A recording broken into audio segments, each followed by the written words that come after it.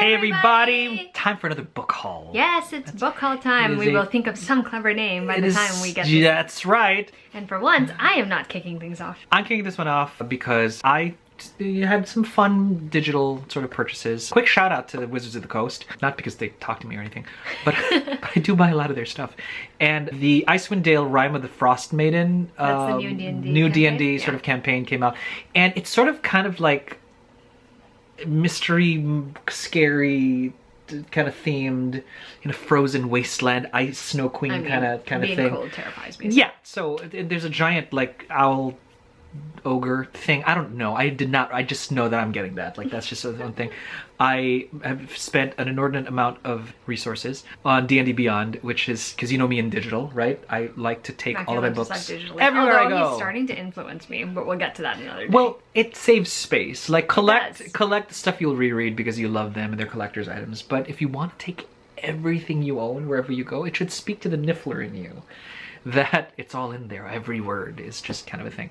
Hence my digital lifestyle. The other shout out that I want to do to Wizards of the Coast was I discovered that almost every single Magic the Gathering book. We had recently been playing Magic the Gathering. Oh my gosh, that's in my case, again, that's another thing. I don't even know where we're going to fit that. But I believe that the first real Magic the Gathering story, of the many storylines that really, really gripped me, that made me love, and I loved the entire series of it, me go, okay, this is really why I love this thing, was about the Weatherlight series. Now, these new players do not know anything about that because we're all about Ravnica lately.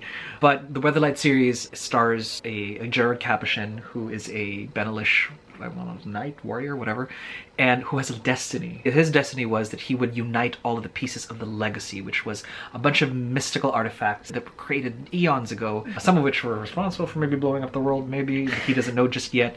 But I like her, like some of which were but uniting every single item of that particular collection will help them stave off an invasion from possibly some kind of hellscape dimension that's trying to take over the entire multiverse. And at the centerpiece of this entire legacy of artifacts is the skyship Weatherlight. It's a skyship, and he gets to be like the person in charge of. Well, no, Seasai is the captain, and she's like, Gerard, you've got a destiny. And so Wrath and Storm, which is a collected version of sort of like snippets of that entire sort of first part of that journey, is on Kindle apparently, and I love that book. I loved it. Like reread it a couple of times, and it's now added to my Magic the Gathering shelf digitally, and it's beautiful. Moving on to comics, I do want a quick shout out to the Dawn of X era, right? Because I got X-Men / Fantastic Four called 4X. I don't name these things, but I like it. I like this one. This one centers around Sue and Reed Richards' eldest child, Franklin, who is a powerful Omega level mutant, much to not too many people's knowledge. Certainly flew under my radar for a long time until I'm like, Franklin's a mutant, what does that mean for, and that's what it means for Krakoa. Just before I could finish that sentence, they're like, X-Men, Fantastic Four. Everything's on brand, basically. X-Men on brand, Fantastic Four on brand. Great storytelling. Moving on to a bunch of other comics that I sort of gotten. So most of us, if not absolutely all of us globally, have been rocked tremendously by the passing of Chadwick Boseman. It just another great one sort of gone. And in honor of Chad, I say that like we're friends, but in honor of Chadwick, Comixology pretty much put every single Black Panther individual issue sort of like up for free, just to sort of celebrate, you know, the King of Wakanda. And so, you know, I got me all of that stuff, and it has some of the greats from sort of like the earlier Black Panther stories. You even got Shuri's time as Black Panther, which I really loved. There was a huge lead up and tease up to at the time of who would be the next Black Panther, who would take on the mantle. And we are reminded in these comics, there was an alternate version where Storm was wearing the costume, and they're like, you're kidding? You're gonna make Storm and the mantle went to Shuri. And she did a great job. She did a wonderful job as the Black Panther, personally, in my humble opinion. A couple of other things that we bought on sale, I want to say would have to be, it's called Kids, and it's set in the apocalypse after after zombies have taken over the world. And it's a bunch of kids, just 4 issues. Went on sale. It's Stranger Things meets Zombieland, kind of potty mouth kids trying to survive the end of the world, and very excited for that. And then, it's 6 issues, my apologies. I also bought Vampire State Building. For those of you who've been watching our What We Reads, you can see that my tastes for, you know, grown-up Perfect comics. for spooky season. Perfect for spooky. You know, Both it's of them. true. That is perfect for spooky season, isn't it? A bunch of vampires attack the Empire State Building and kill everybody inside. Of course they do. Leaving one soon-to-be deployed soldier to fend for himself and prevent the rest of these abominations from invading all of New York.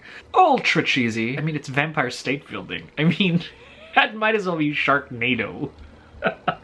And I'm living for it, basically. Other things to sort of mention and sort of shout out would have to be, well, Aragon was on sale for like a hot minute. And I do love me some Aragon, and them's is heavy books, yo. They're really heavy. I got Inheritance, which was the 4th book, ages ago when it came out, because I'm all about that digital life. And at the time that Eldest and Brisingir came out, I wasn't about that digital life because I was in college. Yes, we actually own. I think had no money. No, we have my copies. So I bought that, and that was pretty cool. That would be the last of the digital purchases that I've made. Purchases. Very excited for the reading. It's gonna happen. I'm sorry, the fact that you couldn't keep a straight face I couldn't finish that story. I have a terrible reading. You're gonna try. You're gonna try. You've been reading a lot of comics, though, to be fair to you. To be fair. I have comic goals. Well, okay. I'm going to talk about books that we got, or I got from the publisher to review. Hooray, yes. So the first book I'm going to talk about is a book that I'm super, super excited to have a e-galley of, which I got from NetGalley, and that's Lore by Alexandra Bracken. Lore. So this is basically Alex Bracken's Greek mythology inspired story, and I am like here for it. The description of it says, a sweepingly ambitious, high-octane tale of power, destiny, love, and redemption. It's about a main character named Lore, and in the world that Lore lives in, every 7 years there is this event called the Aegon. The Aegon is a punishment for 9 of the Greek gods. They're forced to walk the earth as mortals, basically, in this world, and then they get hunted by the descendants of these ancient bloodlines. And basically, they're being hunted because if you kill one of the gods, you can take their divine power and their immortality.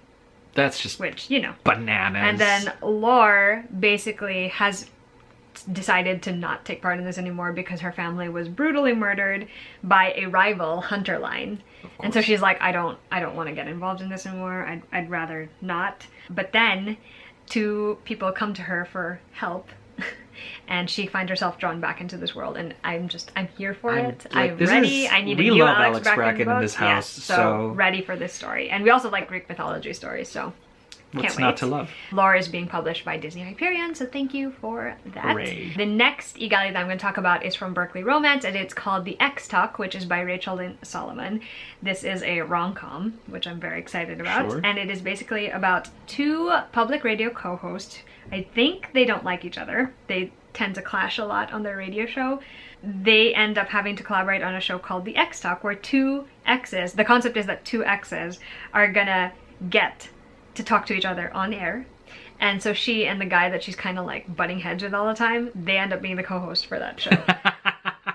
I'm just like here for it. It just sounds like it's gonna be so delightful. Cannot wait to check it out. It's like the game show host from Pitch Perfect. You have a cold, dead heart, Ted. I got surprise arc mail from Page Street Books, and it is for an arc of Written in Starlight by Isabel Ibanez. This is the sequel, the companion novel sequel to Woven in Moonlight, which I read and I liked last year. Or was it early this year? Honestly, time. What a construct. It's funny because I actually finished the first book and I was like, you know, there's actually room for like a sequel, but it should be about the other character, like one of the secondary characters. And my request was apparently answered. Synopsis will be a slightly spoilery for the first book, so if you don't want to know, I'll give you a timestamp for the next book so you can skip ahead. But anyway, this is about Catalina. In the first book, she is the Condessa of a country, but she's actually lost her countrymen. She's lost her throne, basically, and she's been banished into the jungle. But she gets rescued by a former ally's son, Manuel, and together they decide to journey to a place called Ilari. She's looking for the Ilari people in order to, you know, find herself an army so that she can win her throne back. But then she discovers that maybe her destiny isn't quite what she thought it was going to be, and it sounds like it's going to be another very cool, very interesting YA fantasy read, and I'm looking forward to it. Other things that I got from the publisher include a physical arc of These Violent Delights by Chloe Gong. This one is from, I want to say, Simon & Schuster? Yeah, from Simon & Schuster. All you need to know about this is that it's set in 1920s Beijing, and it is basically a Romeo and Juliet inspired story with gang life in it. And I am here for that. I don't know why I haven't read it yet. In fact, I'm kicking myself for not having read it yet. So you can be assured that this one will be read soon. And from Berkeley as well, actually, they sent me a finished copy of The Roommate by Rosie Danan, also with this scrunchie, which is branded and pretty cool. Anyway, we're gonna talk about The Roommate because it is one of my favorite things that I have read this year. This is a adult romantic comedy. It is about a girl named Clara who moves cross-country from the East Coast to the West because she wants to sort of live with her longtime childhood friend slash crush, except that when she gets there, her crush is like, oh, bye, peace out, I gotta go on tour. And he's like, but I got you a roommate so you don't have to worry about those costs. And this is a person she's never met before.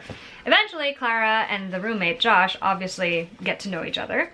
And she discovers that he's involved in the porn industry. He's actually a porn star. And I don't really want to spoil the rest of the plot, but suffice to say the two end up teaming up on a project and discovering that they might have feelings for each other. It's not necessarily blah, blah, blah. porn, by the way. Anyway, it was so much fun to read this book. It is so funny, it is so heartfelt. I really enjoyed both Clara and Josh, and seeing their relationship blossom was also great too. There's like a lot about this book that I just cannot say enough good things about it. Like, I remember reading it so vividly because I was text yelling at my friend DJ the entire time because he was the one who had been like, you should read this one. And my reaction was like a chapter by chapter breakdown of my reactions for you. So I really enjoyed it. I thought all the tropes were handled in a very fun way. I like the sort of themes that this book tackles, and I love this romance and I really enjoyed it, you guys. So highly recommend checking this one out.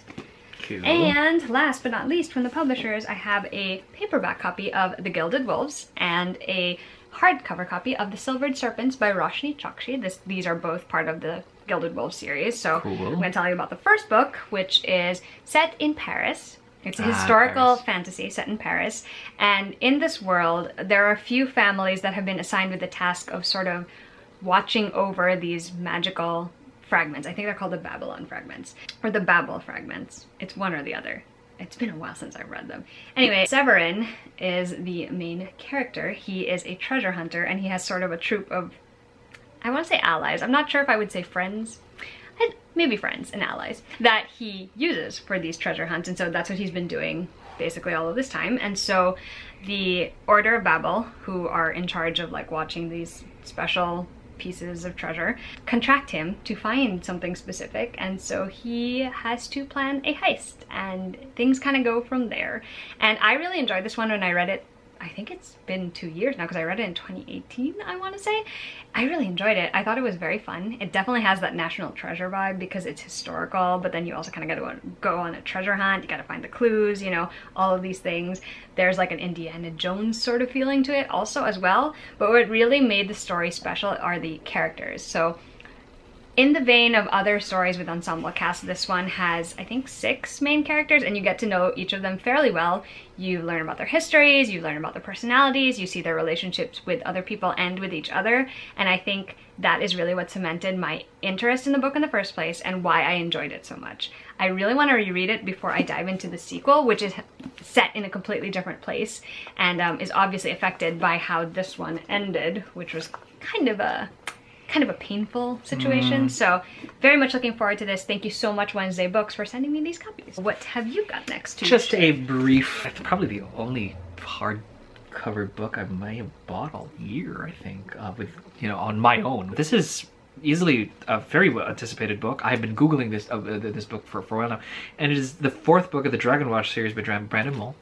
Dragon Watch Champion of the Titan games, which to me is just like fun because I enjoyed. By the way, for those of you who don't know, Dragon Watch is, I want to say, to the Fablehaven series, the way the Heroes of Olympus series is to the Percy Jackson series. So it's set just a year or so after the first, well, in this case, quintet, right? Quintet's probably 5 books. Yeah. I think it was 5 books. And it follows brother and sister duo, Kendra and Seth, who discovered that they come from a long line of folks, I want to say, families who pass on the role of tending to sort of like natural magical preserves, like a think of like a nature wildlife reserve, but for like magical creatures, each of which having specific powers and gifts and specific qualities, I guess, that the others don't have. It follows their story after the first sort of nigh apocalyptic, events of the first 5 books, and how a new world has sort of dawned, and now the dragons are sort of on the rise again. They're like, you can't just keep us to the dragon preserves, and in this world, dragons are powerful. You can't get into a dragon's presence. Well, yeah, but you can't get into a dragon's presence without. It's very Dungeons and Dragons. If you think about it, like you're paralyzed with fear, basically. If you're if you're in a dragon's presence, and for Seth and Kendra to sort of be able to withstand that makes them something else. And so I really love where they're taking these. So this is just like book 4, and it's just really, really great. It just keeps getting better and better, the first 3 books. So I'm excited to see where this one is going to take me. So just wanted to shout that out. First book. Okay, before I get to the books I bought myself, I'm going to share one that my friend Lauren actually sent. Hey, Lauren! My way. So this was part of her gift. We had discussed this like a while back, and she finally was able to send it to me, and I'm so grateful. So thank you, Lauren. So this is a copy of House of Earth and Blood by Sarah J. Maas. Doesn't look too different from the one I already own, right? But Lauren actually, well, calls it defacing, but I think they're pieces of art. So she actually did this design on this. Defacing at all. And also on the back. We chose the symbols together, but yeah, we both really love how it turned out. That is like some cool foliage. You guys have seen me talk about House of Earth and Blood before. It is the first in her new adult, I guess, fantasy romance series. It is about Bryce Quinlan. She is a resident of Crescent City, and the entire book explores what happens when she is pulled into an investigation that she thought had been closed years ago. I'm gonna leave it at that because I feel like knowing less about it will be better for you if you haven't heard anything about it at all. But I really love this book. In typical Sarah J. Maas fashion, she was able to like draw me in almost immediately and keep me engaged all throughout the story, and I actually already really want to reread this, so I might just do that. And then we have 2 books I pre-ordered that came in. First is Sky Hunter by Marie Lu. This is her new series starter in a sci-fi dystopian world. It is set in the country or the island of Mara, I want to say, and it is about a main character named Talon. Talon is part of a group called the Strikers, who fight to protect the borders of Mara, which is the last independent nation left. They fight to protect their independence by protecting them from the scientifically enhanced creatures that the conquering kingdom is sending in. The inciting incident of the book is that Talon loses her striker partner at the start, and she ends up being forced to team up with a hostage they've taken from, well, not a hostage, someone who's actually given himself up from the other conquering kingdom, and things kind of pick up from there. Really enjoyed this. You'll hear me talk about it in a future What We Read. And then we have Fable by Adrienne Young, which is the first in her new duology, named also Fable. It is about a young woman named Fable. I'm going to say Fable so many times in this part. It's about a young woman named Fable. Her father basically dumped her on an island of thieves and told her that she needed to survive and make her own way, and so she has been using her own wits and her own skills to sort of scrape up enough money to get off the island, to rejoin her father and be part of his crew, because her father is a trader, and traders are basically the people who sort of own the seas and like trade from different places. But when Fable finally gets to leave the island, she discovers that all the things she thought were true might not actually be true, and things kind of go from there. Also another book I really enjoyed and would highly recommend. If the What We Read with it has already gone up, I'll link it down below. If not, there will be a future one with this. And then I had the opportunity to finally, for the first time since March, go into a bookstore when I visited my friend Rachel. And so obviously while I was there, I was like, I can't leave empty-handed. So the first thing I bought was this Classic Starts edition of The Secret Garden. Pretty. It's very pretty, very minimalist. The Secret Garden is one of my favorite classics, also one of Mackie's. It's about an orphan girl named Mary Lennox who is taken to England to live with her uncle. There's pictures. And she kind of discovers a secret garden and some hidden secrets. Love this edition, and as Mackie just pointed out, there are illustrations, so nice addition to our shelf. And then to complete my collection, I bought a copy of Sisterhood Everlasting by Anne Brashares. This is the last book in the sort of sisterhood story. It's still about the same 4 friends, so Bridget, Carmen, Tibby, and Lena, but this is 10 years after the 4th book. So they're definitely adults now, and I'm curious to see how it goes. I've never read this one, so looking forward to that. And then on Rachel's recommendation, I bought one of her favorites, which is The Shadow of the Wind by Carlos Ruiz Zafón. I don't know too much about this, but I feel, if I'm remembering correctly, the main character finds this book and falls head over heels in love with it, only to discover that it's the only copy left, so he's kind of trying to guard his copy and keep it safe, and also trying to find out what happened to the author and why this is happening, so very much looking forward to checking that out.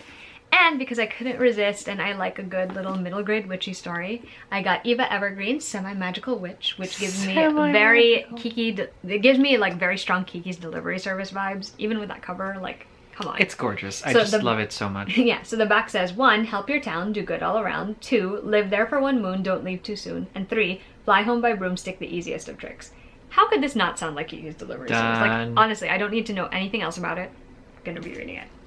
And the last thing I'm going to mention, which segs perfectly into the next section, is actually, you know what, we could seg into the next section. Yeah, we're 100% segging into the next Let's talk about manga. Oh boy. Things that I have not been reading this year. Manga. Things I should be reading more of. Manga. And okay. Specifically, manga that we love dearly. Yes. So let's get started. We have resumed collecting volumes for Yona of the Dawn, which is a series that Maki and I basically binge watched the anime for. Freaking enjoyed so much. Even the manga is so good. So this is volume 21. I'm just gonna zoom in that cover for you. If you have watched the series, you know who this is. If you haven't, then we're just gonna leave it at that. Maki has the honor of sharing this one. Fushigi Byako Senki, you've probably heard me be very bitter about it. It's the 4th untold story. So of the girls who are transported from our world into the world of the Four Gods, Sky and Earth book, that have the ability to summon the particular god and gather around her these star warriors associated with the god, persons with amazing abilities granted to them by birth, of being sort of like attuned to the particular constellation in that particular area that the god has dominance over. So this is the 2nd prequel, I want to say. It has murdered me, and it still does. It mocks me, basically, with its being here and incomplete. And then, to round out the manga, we have the 5th collector's edition of Cardcaptor Sakura. Beautiful, as usual. The series centers around Sakura Kinomoto. She magically discovers a box of cards. Magical cards. And in her dad's basement. Yeah. And releases them into the world, and she now has to capture every single one of them, otherwise they will wreak the utmost havoc, like all over their as if tiny little already, but you know. I say tiny little town, but I think it's Tokyo, so not tiny. It's the purest, most wholesome thing you'll ever see in a very long time. Yes, it is. With the exception of 1 or 2 things. Please, just the one thing, really. Yeah, if you haven't yet, please, definitely check it out. Yeah. Alright, and now we've come to the Shadowhunters portion of this video, which I told you guys you were going to have to expect. It's gonna be Shadowhunters all year round in this house. Okay, so first is the beautiful Waterstones Rune edition of the Lost Book of the White. Because why not? Because I'm still bitter about the fact that we don't have Lady Midnight in the Rune edition, especially because I enjoy that book so much. Anyway, look how beautiful this is. It's so shiny. I love the Waterstones. Yeah, I love the Waterstones editions. Lost Book of the White is the 2nd Eldest Curses book. We probably talked about it enough for you guys to remember what's going on. And there's gonna be a bookish breakdown about it on Fandom Buzz. Let's say it's Shadowhunter Shenanigans in Shanghai. Got it. That's exactly what this book is. That's a lot of shushes. There you go. But that's not the only edition we actually acquired. So the company Illumicrate actually decided that they were going to release the only existing, as far as I know, hardcover version of the Red Scrolls of Magic that has this particular cover. And obviously, me being me, I'm like, well, obviously we're gonna have to buy it, right? And since you could buy them in a set, and I wasn't sure if the hardcovers would be the same size as the American one. We now have both. Yeah, and can I just say, the fact that I have this cover and hardcover is like the greatest thing of my life. Alec Lightwood. It's Alec and Magnus! There you go. That's why you gotta collect them. Oh my god, does this mean the 3rd book is gonna be an Alec and Magnus cover together? I don't know. Oh I don't know. I hope so. I sure hope so. Lose it. But anyway, these are the 2 books in the Eldest Curses series. Obviously happy to own them. Not so happy to have to try and figure out how to fit them on that shelf back there, but you know, we'll make it work. Anyway, we finally wraps come to it the up. end of this book haul. Still a little bit longer than I thought it was going to be. And yet right on time. So let's do that. Holler at us in the comments if you got anything. We love to banter. We try to catch up with comments as best we can. Everybody's been so sweet saying welcome back, and we're like, thank you. It's nice to be functional and to create again. It's a different kind of therapy when you're able to create. And sometimes you got to rest those muscles. Sometimes you got to flex them. So this is us flexing away, getting to the groove of things. Hope everybody's staying safe and healthy. It's been a rough 2020. It's been rough, period. Yeah, it's been rough, but we'll get through it together, as we always do. Words on the printed page being one of the things that'll help us. On that note, I hope you guys enjoy this video, and we'll see you again soon. Bye!